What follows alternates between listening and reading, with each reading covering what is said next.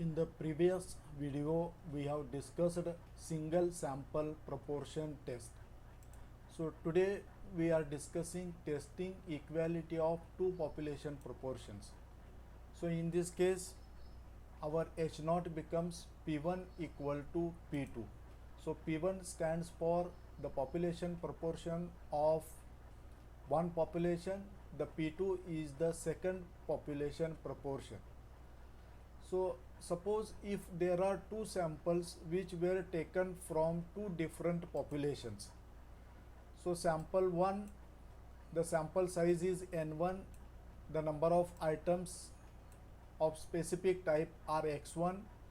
So therefore the sample proportion becomes x1 divided by n1 and my population proportion is p1. So at the same time, suppose if you take another sample and that is sample number 2, and for sample number 2, so the sample size is n2, the number of items of specific type is x2. So therefore the sample proportions becomes p2. So p2 is nothing but x2 divided by n2 and the population proportion is p2. So therefore, so now we are interested in this case to test the equality of two population proportions. And to test equality of two population proportions, so what would be our hypothesis?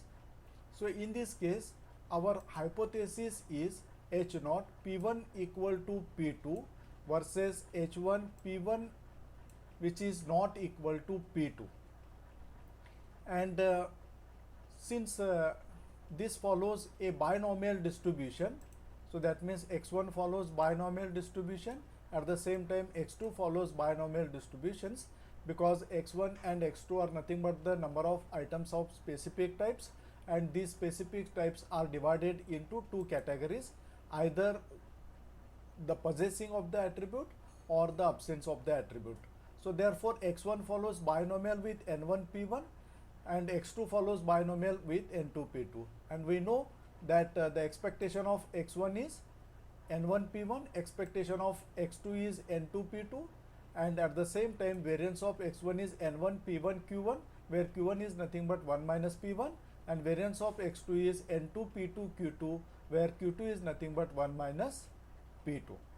And the unbiased estimate of P1 minus P2, since we are interested in the difference between the proportion values and whether the proportion values are equal or not.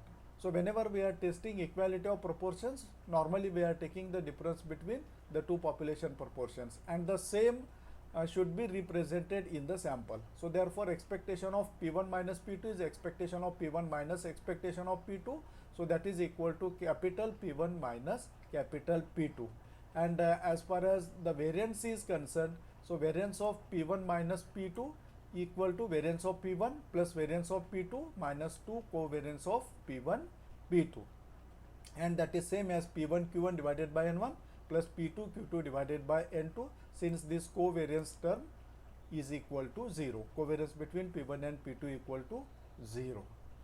So as we know that the testing procedure having 4 steps, the first step we have completed is nothing but the hypothesis, setup of the hypothesis. We have set up the hypothesis. Now come to this point. So this point is related with the test statistic, and using central limit theorem. So by using the central limit theorem, so we can say that this z, so what is my z? So z is equal to x minus, so that is x minus expectation of x, and that is divided by, so this value is expectation of x divided by standard error of x. This is nothing but the standardization of, so this is the standardization of x. So that means in this case we can say that so we can this is nothing but my z value, and z is nothing but x minus expectation of x divided by standard error of x, which follows normal 0 1. So instead of x we can put the value p1 minus p2.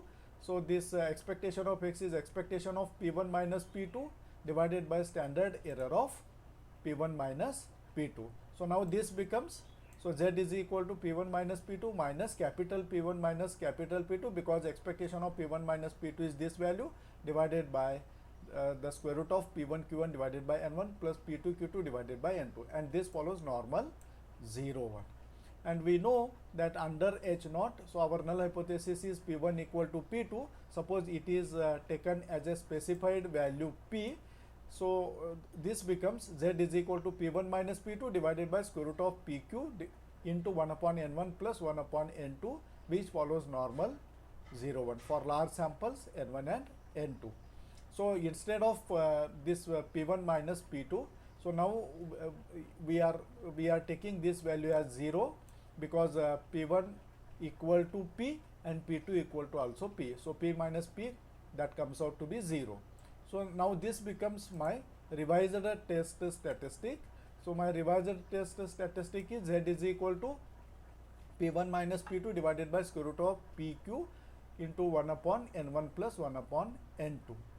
So the third step is related with the critical region, and you know that the table Z can be obtained such that for two-tailed alternative. So in this case my two alternative hypothesis is two-tailed, so that is P1 is equal to P2. See, this is P1 is which is not equal to P2, therefore this is a two-tailed alternative. The critical region in this case becomes, so probability of mod Z greater than Z alpha by 2 equal to alpha. And the final stage is, if we calculate this Z value and we have to compare this Z value with the table Z value, the conclusion part is, so if calculated Z is greater than table Z, H naught is rejected, otherwise accepted. So suppose if you are calculating the value in terms of P, then we have to compare this P with respect to the level of significance. If P value is less than alpha, we have to reject H naught, otherwise accept it. Friends, you may be confused about this P and Q in the calculation of Z. So whenever the capital P is unknown, suppose if the capital P is unknown, then we can estimate this, and the estimate, this is P cap. And how to obtain the value of P cap? So P cap is nothing but x1 plus x2 divided by N1 plus N2. So this is all about the testing equality of two population proportions whenever my null hypothesis is P1 equal to P2 and my alternative hypothesis is P1 which is not equal to P2. So today we will stop here. We will continue with few testing procedures in the next lecture. Thank you very much.